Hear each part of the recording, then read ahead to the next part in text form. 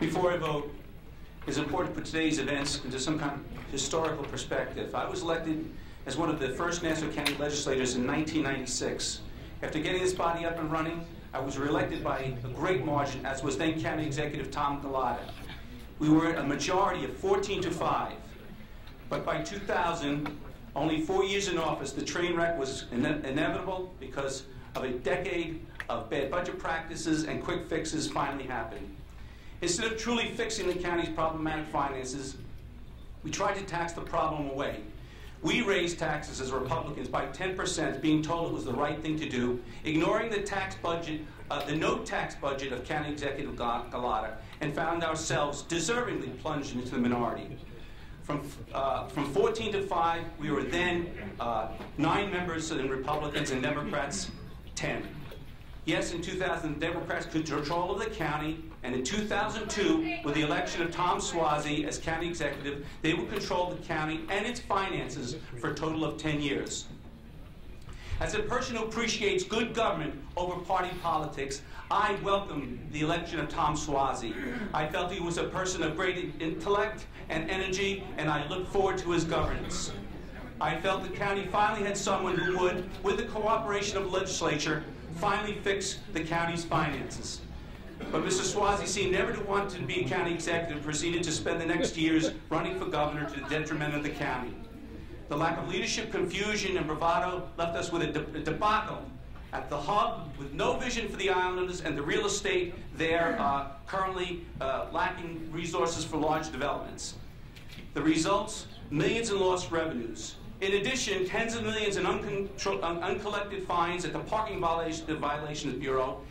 In 2000, we were bonding $100 million annually in refunds for property tax refunds, which I felt was almost criminal, or at least a critical dereliction of duty on behalf of the current and prior administrations. I broke with my party to vote for reassessment. For the next several years, the county would spend $65 million reassessing the county and to begin the process of ending the long-suffering practice of revolving tax cert lawsuits. However, for a moment, the cost of refunds started to tumble, but because of incompetence and a dearth of leadership, the 10 years, the cost of refunds went right back up under Democrat control of the county, which further saddled the county with another $1 billion in debt.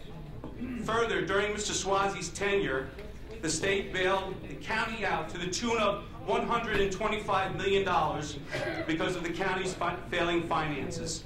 In addition, during the first year in office, he raised taxes 25% and, with the help of his Democrat colleagues, imposed on the county and its residents an energy tax.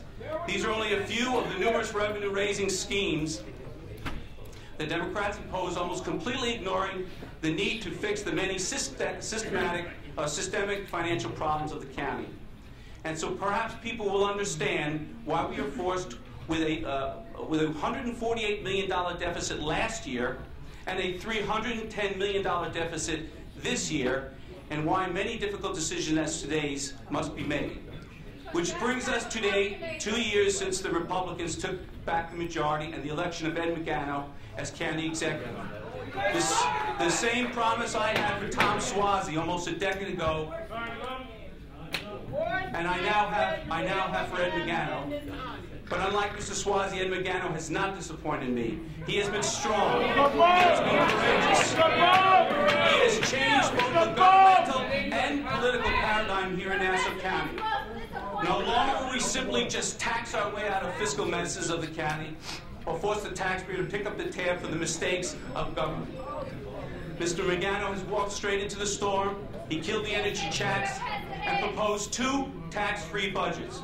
He has worked hard to finally fix the debacle of the revolving tax cert refund policy that has crippled this county and its finances. People should understand there is no joy or pleasure in this. Sure, raise taxes and you can go on allowing the problem to continue to fester to avoid the wrath of those who really want things to change when we all know they must. I can say also that the police unions and the CSEA are not responsible for the problems that we have in Nassau County. They worked hard and done well for the county, but But unfortunately, we are faced with this financial dilemma that must be faced. For those of you who think this is a just say no! Just say no! Just say no! Just say no! Just say no!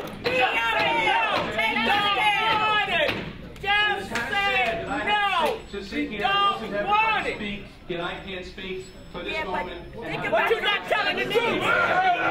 Think about the seniors. Think about the seniors. Listen to your residents. We're telling you vote no. Have a conscience. Listen to your residents. Vote no. Mr. Becker, $12 million compared to $25. You should be ashamed of yourself. $25 a year per household. Shame on you. Please, those of you who are catcalling out should be ashamed of Now yourself. you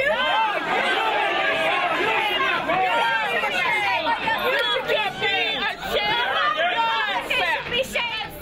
I'm teaching my daughter about politics, and you're showing her that only politics the way you want it. You're not listening to the residents. You're a big bully. We are going to lose property value if you do this to us. It's $25 per household. $12 million is $25 per household. Now we're going to lose property value, and you better realize that. You're sending quite a nice image of Nassau County.